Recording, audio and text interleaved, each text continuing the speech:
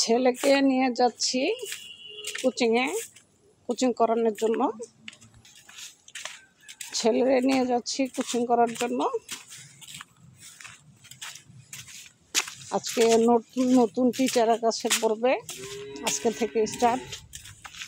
তো নিয়ে যাচ্ছি।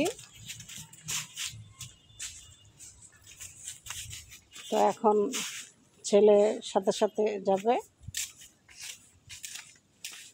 আমার সাথে সাথে যাবে। বেশি দূর না, বাড়ির আশেপাশেই স্যারের বাসা। উনি আবার আমাদের বিশেষ করে হাই স্কুলের টিচার ছিল, খুব ভালো টিচার ছিল উনি।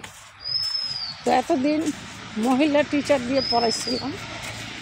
তো এখন থেকে চিন্তা করছি মহিলা টিচার দিয়ে পড়াবো না, কারণ এখনকার জেনারেশনের যে বাচ্চাগুলো, তাদের একটা প্রবলেম আছে। তাদের প্রবলেম হচ্ছে তারা মেয়ে টিচার দিয়ে পড়াইলে পড়াশোনাটা ঠিক করে করে না। তাই পুরুষ টিচার দিয়ে তাদেরকে পড়াশোনা করাইতে হবে, একদম কড়া টিচার দিয়ে পড়াশোনা করাইতে হবে। তো আজকে ফার্স্ট নিয়ে যাচ্ছি। তো চিন্তা করলাম ভিডিওটা আজকে আপনাদের সাথে শেয়ার করি।